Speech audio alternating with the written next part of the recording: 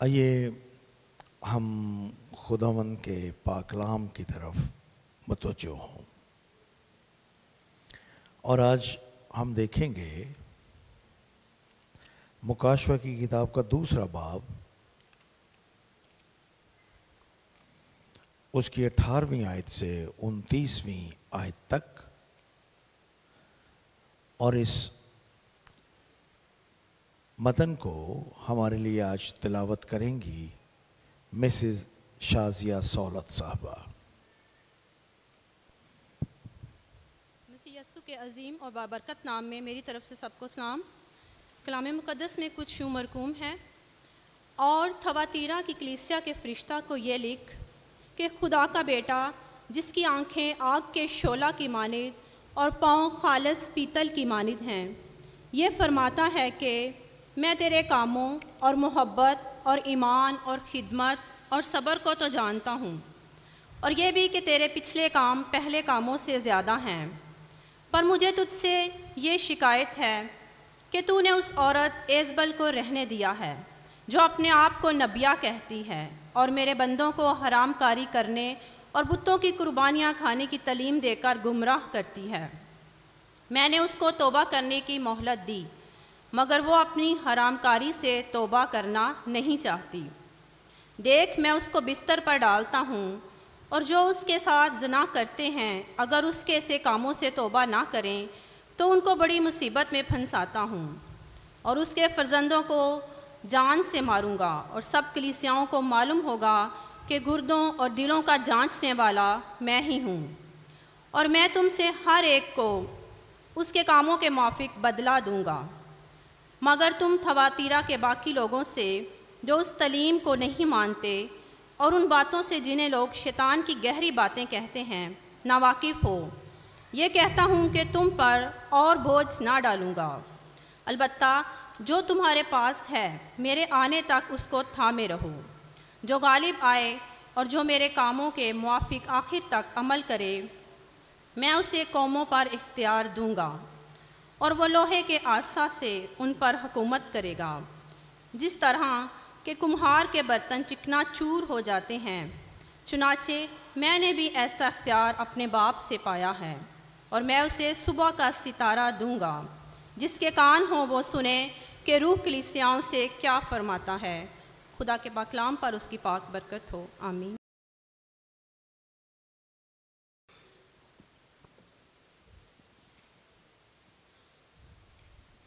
تھواتیرا کی کلیسیا پر یہ میرا 5واں پیغام ہے آپ کے سامنے۔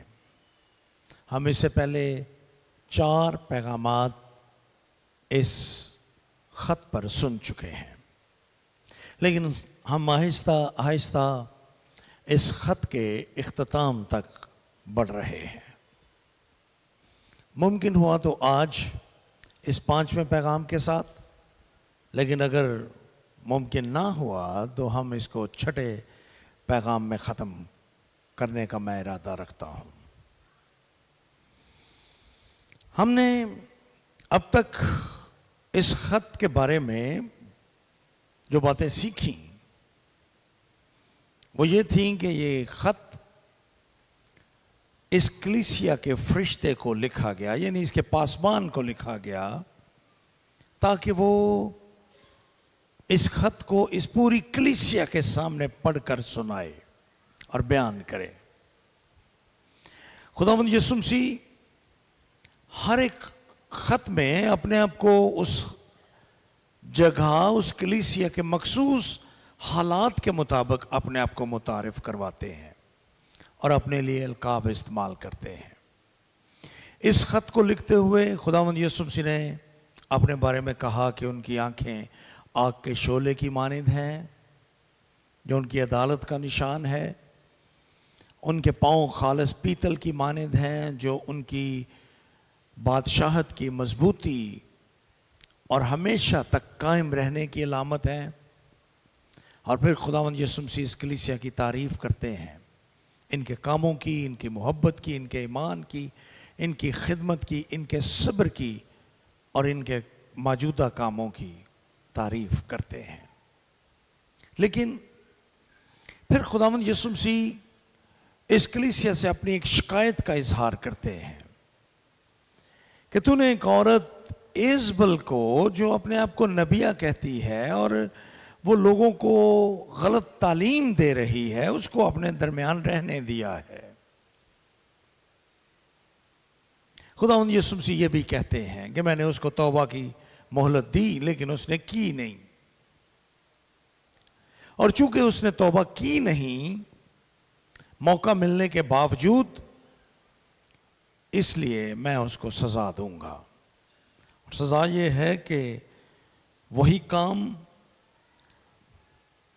جو اس کے لیے خوشی کا سبب بنتے تھے، وہ اس کے لیے بھیانک سزا میں تبدیل ہو جائیں گے۔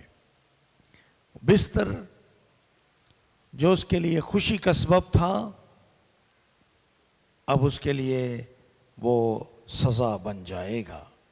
اور ہم نے اس کے بارے میں کافی باتیں سیکھی پچھلے اتوار۔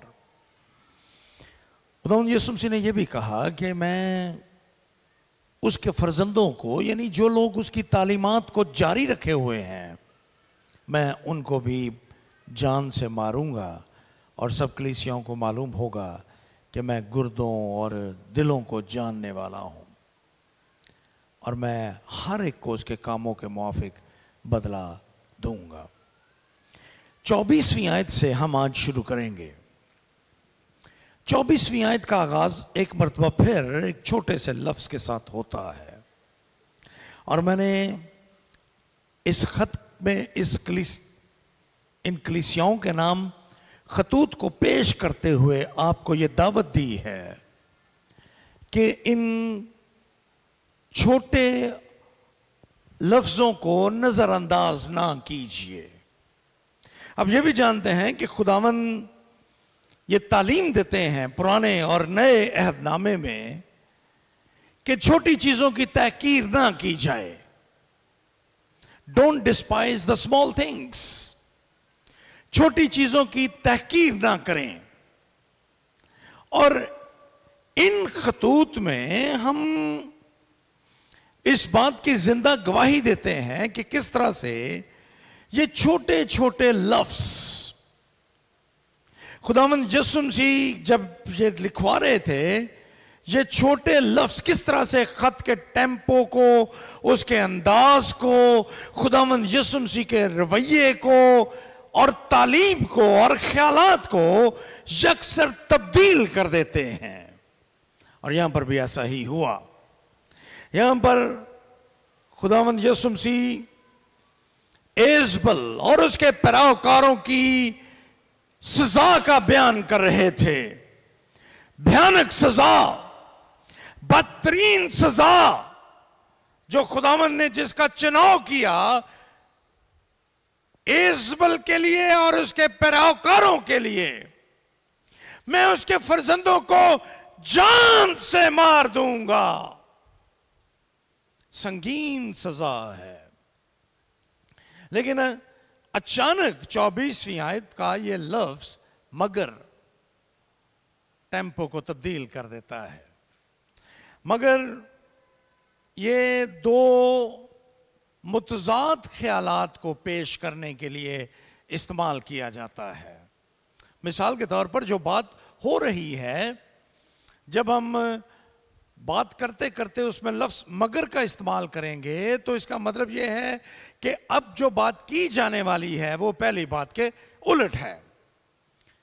آپ نے کبھی غور نہیں کیا، لیکن آپ خود ایسا ہی کرتے ہیں۔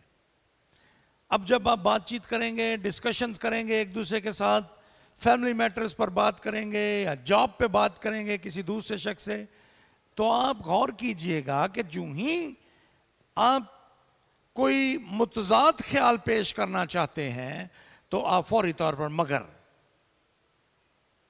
میں آپ کے ساتھ جانا تو چاہتا ہوں مگر مجھے ضروری کام ہے،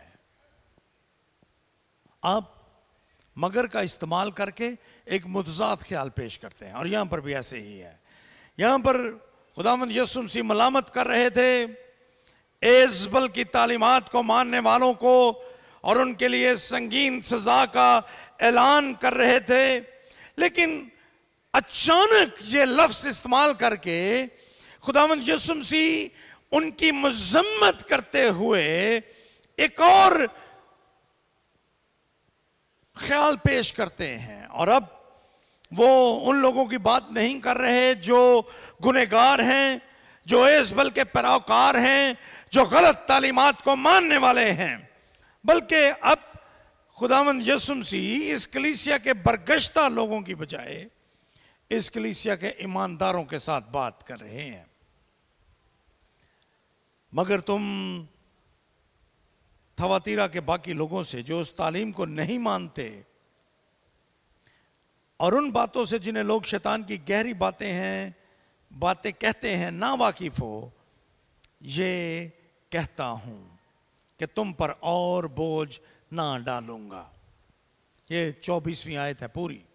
اب خداوند یسوع مسیح ان گنہگار اور برگشتہ لوگوں سے بات کرنے کی بجائے ایمانداروں کے ساتھ بات کرنے والے ہیں اور ان کے ساتھ بات کر رہے ہیں۔ ہمیں اس سے ایک اور خاص بات بھی سیکھنے کو ملتی ہے کہ کلیسیا میں ہمیشہ سارے کے سارے لوگ برے نہیں ہوتے، سارے لوگ برگشتہ نہیں ہوتے، سارے لوگ ابلیس کی باتوں کو قبول کرنے والے نہیں ہوتے، بلکہ کلیسیا میں، بلکہ میں اس کو ذرا ایک وائڈر اسپیکٹرم میں دیکھوں گا کہ دنیا میں صرف برگشتہ لوگ نہیں ہیں، کہیں نہ کہیں لوگ، خدا کے لوگ موجود ہوتے ہیں۔ اور میں نے آپ کے سامنے یہ بیان کیا تھا ایک مرتبہ کہ دنیا میں ہمیشہ یہ دو طرح کے لوگ رہتے ہیں، خدا کے لوگ اور شیطان کے لوگ، the line of Satan and line of God، یہ ہمیشہ موجود رہتے ہیں۔ اور دنیا میں انہی دو کے ساتھ ہم ان کے ساتھ خدا اور شیطان کا برتاؤ دیکھتے ہیں۔ شیطان کی یہ خواہش ہے کہ وہ جو خدا کے لوگ ہیں ان کو مار ڈالے، اور اس کا آغاز اس وقت ہوا جب قائن نے ہابل کو قتل کر ڈالا۔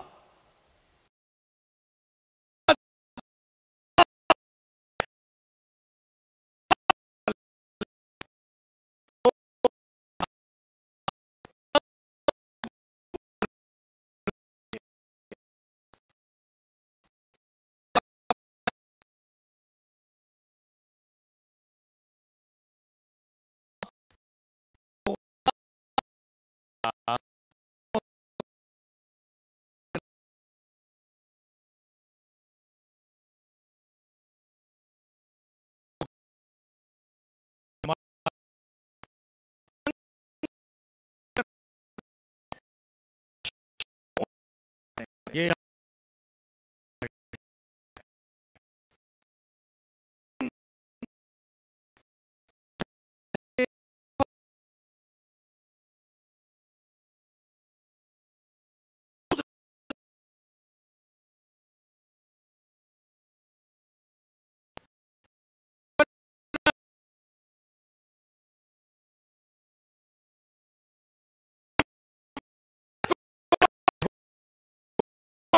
ہمارے لیے کون کون دعا کرتا ہے، لیکن خدا کے لوگوں کی دعاؤں کی وجہ سے ہماری کلیسیائیں اور یہ دنیا قائم ہے۔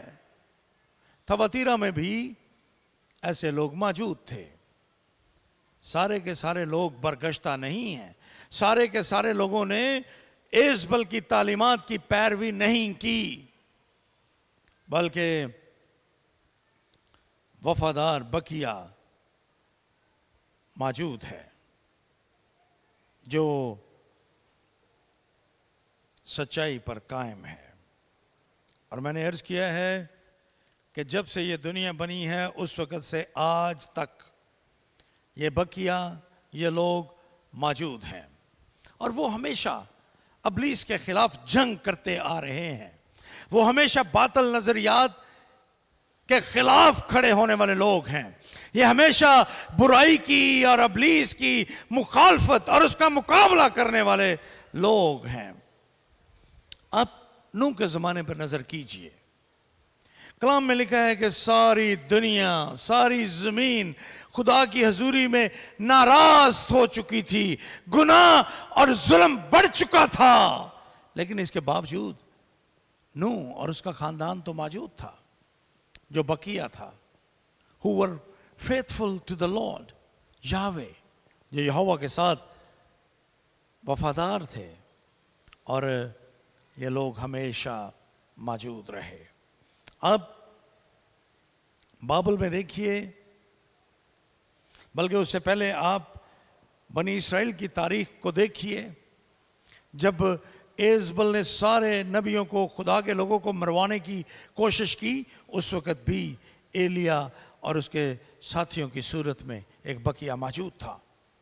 دانییل اور اس کے 3 دوست بابل میں اسیری کی حالت میں ہیں، وہ وہاں پر خدا کے وفادار لوگوں کی صورت میں کھڑے رہتے ہیں، اگرچہ وہ بادشاہ کے دربار میں ہیں، لیکن اس کے باوجود وہ بادشاہ کی مورت کو سجدہ کرنے سے انکار کر دیتے ہیں، وہ مضبوطی کے ساتھ کھڑے ہیں، ان کو اپنی جانوں کی کوئی پرواہ نہیں ہے۔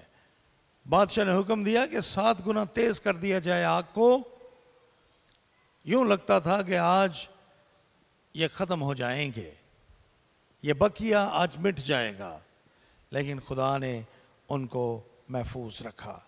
جو خدا کے لوگ ہیں ان کو میں یہاں پر آج صبح تسلی دینا چاہتا ہوں۔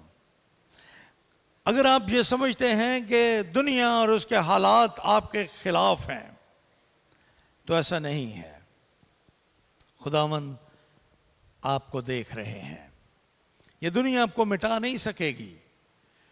شیطان کے لوگوں نے آج تک بڑی کوشش کی ہے کہ وہ خدا کے لوگوں کو اس دنیا سے مٹا ڈالیں، لیکن اس کے باوجود وہ آج کے دن تک خدا کے لوگوں کو اور اس بقیے کو مٹا نہیں سکے۔ خدا کے لوگ، خدا کے وفادار لوگ، خدا سے محبت کرنے والے لوگ، یہ بقیہ شروع دن سے موجود ہے۔ جتنی مرضی ایفرٹ کر لی جائے، جتنی مرضی کوشش کی جائے، لیکن یہ بقیہ موجود رہتا ہے۔ تھواتیرا کی کلیسیا میں بھی یہ بقیہ موجود ہے، اور خداوند ان سے اب کلام کر رہے ہیں۔ ہم یہ نہیں جانتے کہ ان کی تعداد کتنی تھی، یہ اقلیت میں تھے یا اکثریت میں تھے، زیادہ لوگوں نے ایزبل کی تعلیم کو مان لیا تھا، یا کیا ہوا تھا، اس سے ہمیں کوئی اس کے بارے میں معلومات نہیں ملتی۔ ہم وثوق سے کچھ نہیں کہہ سکتے کہ یہاں پر یہ لوگ، خدا کا یہ بقیہ جو تھا، ان کی تعداد کیا تھی، لیکن ہم یہ جانتے ہیں کہ یہ موجود تھے۔ ان کے بارے میں خداوند یسوع مسیح کہتے ہیں کہ یہ لوگ ان باتوں سے جنہیں لوگ شیطان کی گہری باتیں کہتے ہیں ان سے نا واقف ہیں۔ یہ جو بقیہ ہے یہ شیطان کی گہری باتوں سے نا واقف ہے۔ شیطان کی یہ گہری باتیں وہ باتیں ہیں جن کا تعلق ایزبل کی تعلیمات کے ساتھ ہے۔ اس زمانے میں تھواتیرا کی کلیسیا میں یہ تعلیم دی جا رہی تھی کہ یہ نجومی، میں نے عرض کیا تھا کہ ایزبل پہ جب ہم بات کر رہے تھے کہ یہ نجومی بھی ہو سکتے ہیں جو اس زمانے میں بڑے بڑے مندروں میں رہتے تھے اور لوگ ان کے پاس اپنی زندگی کا احوال جاننے کے لیے جاتے تھے، یہ وہ لوگ بھی ہو سکتے ہیں۔ یہ ممکن ہے، یہ ہو سکتا ہے کہ یہ لوگ وہی ہوں، اور یہ لوگ تعلیم دے رہے تھے کہ ہم آپ کو ابلیس کی باتیں آپ پر ظاہر کرتے ہیں، اور کیوں کرتے ہیں؟ تاکہ آپ ان سے بچ جائیں۔ ہم آپ کو ابلیس کی باتیں بتا رہے ہیں، اور یہ ایزبل جو ہے یہ یہی دعویٰ، اس کی تعلیمات یہی دعویٰ کر رہی تھیں۔ وہ کہتی تھی کہ ہم نے شیطان کی گہری باتیں اس لیے اظہار کی تاکہ دوسروں کو ان کو سمجھنے اور ان باتوں کی مزاحمت کرنے میں مدد ملے۔ اس لیے ان باتوں کی روشنی میں اس کے پیروکار جو اس کی تعلیمات کو مانتے تھے، وہ بتوں کی قربانیوں اور اس گوشت کو جو مندروں میں پیش کیا جاتا تھا ان کو کھانے کو حلال قرار دیتے تھے۔ آپ اندازہ کیجئے کہ آج کی دنیا میں بھی آپ کو کثرت سے ایسے لوگ ملیں گے، وہ خداوند کے پاک کلام کو ٹوسٹ کرتے ہیں، الجھا کر آپ کے سامنے پیش کریں گے اور خداوند کے پاک کلام ہی سے مدد لیں گے اور ان باتوں کو، شیطانی باتوں کو رائج کرنے کے لیے وہ استعمال کریں گے۔ ہر بدعت کے پیچھے آپ کو یہی اصول اور یہی قانون نظر آئے گا۔ جب لوگ خدا کی باتوں کو شیطان کی باتوں کو سچا ثابت کرنے کے لیے ٹوسٹ کر کے، الجھا کر، تروڑ مروڑ کر پیش کریں، اپنی مرضی سے، اپنی ذات کے لیے اس کی تشریح اور تفسیر کی جائے۔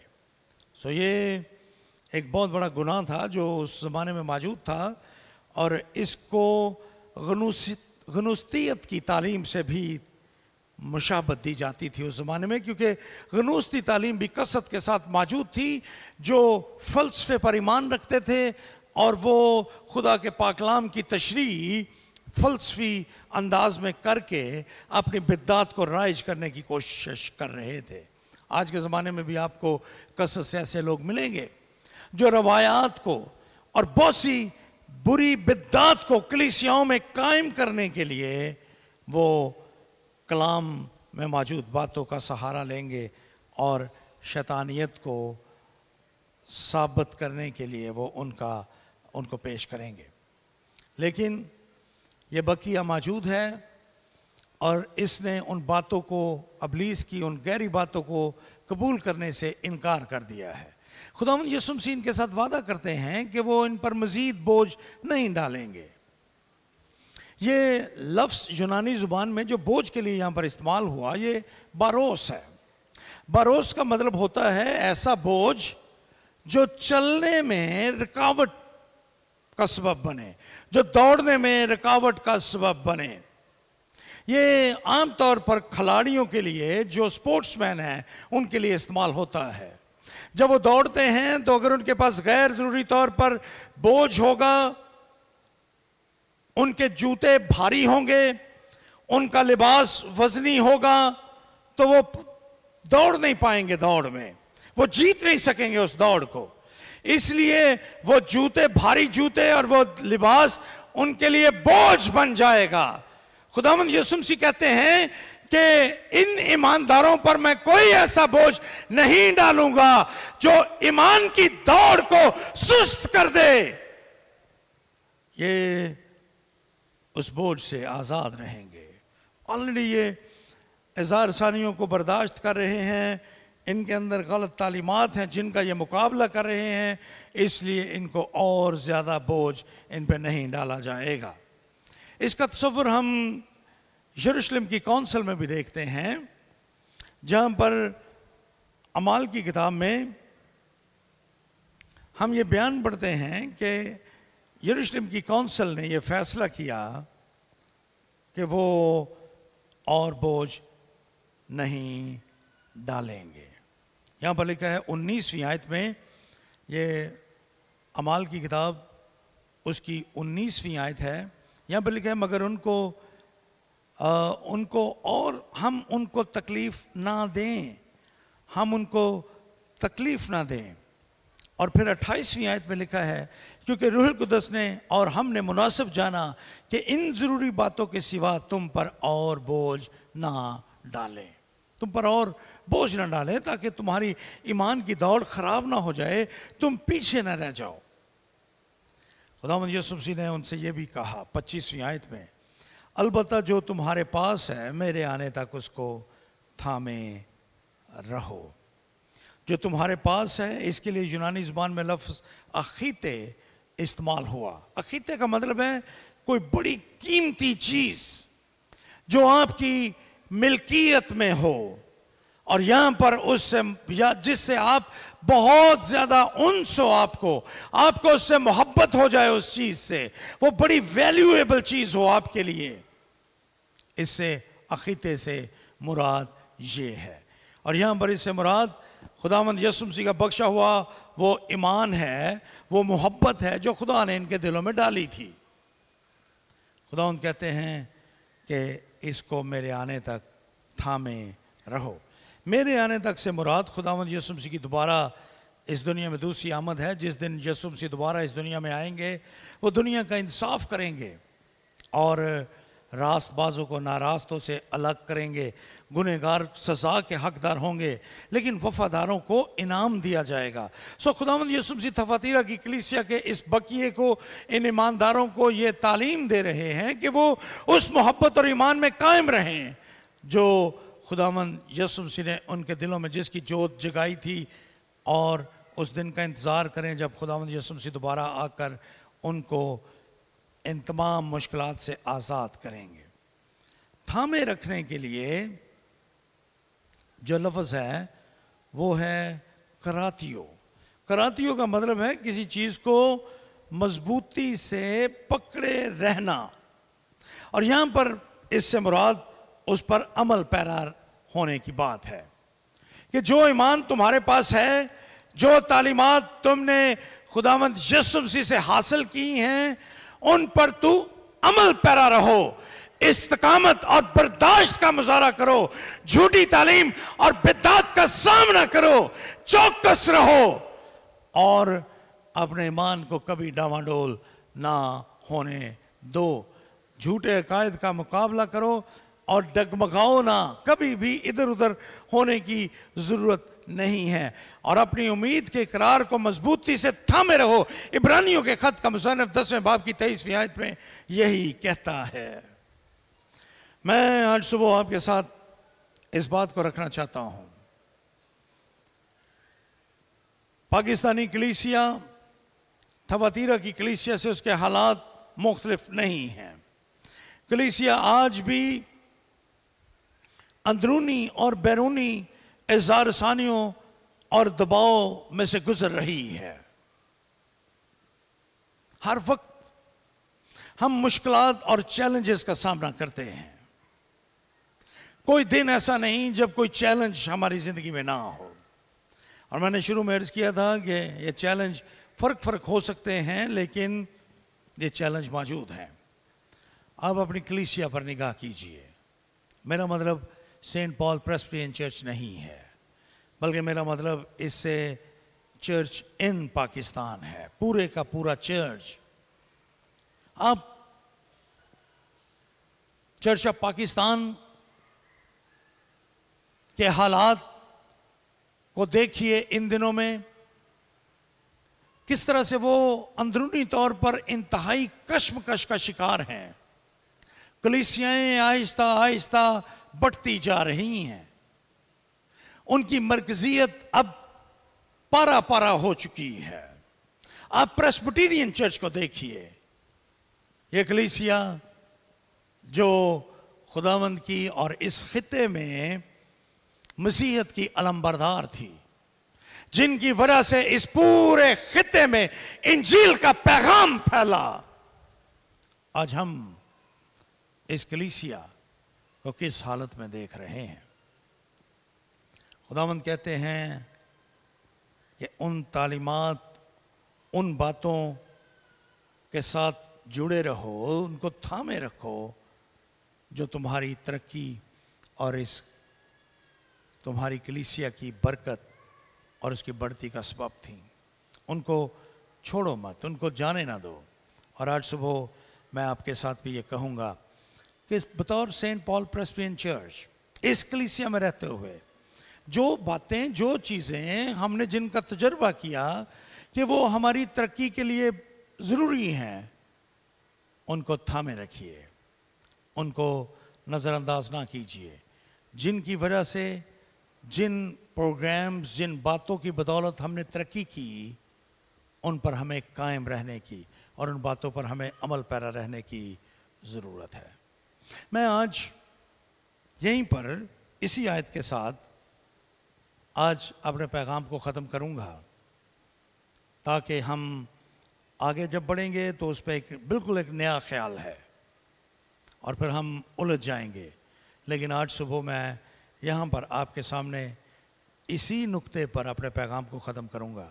آئیے ہم بڑی سنجیدگی کے ساتھ نہ صرف سینٹ پال پریسبیٹرین چرچ کے لیے دعا کریں، بلکہ ہم چرچ ان پاکستان جس میں تمام کلیسیاں ہیں، خواہ وہ کسی بھی ڈینومینیشن سے تعلق رکھتی ہوں، ان سے یہ مراد ہے، ہم ان کے لیے آج سچے دل سے دعا کریں کہ خداوند ان میں اتحاد کو قائم کرے اور خداوند ان میں یہ قوت اور طاقت دے، ان کو برداشت بخشے اور ان کو وہ مضبوطی بخشے، اور وہ اس بات کو جانیں کہ یہ جنگ ہے، یہ جنگ خدا کے لوگوں کی اور ابلیس کے لوگوں کی جنگ ہے، line of God and line of Satan کی جنگ ہے۔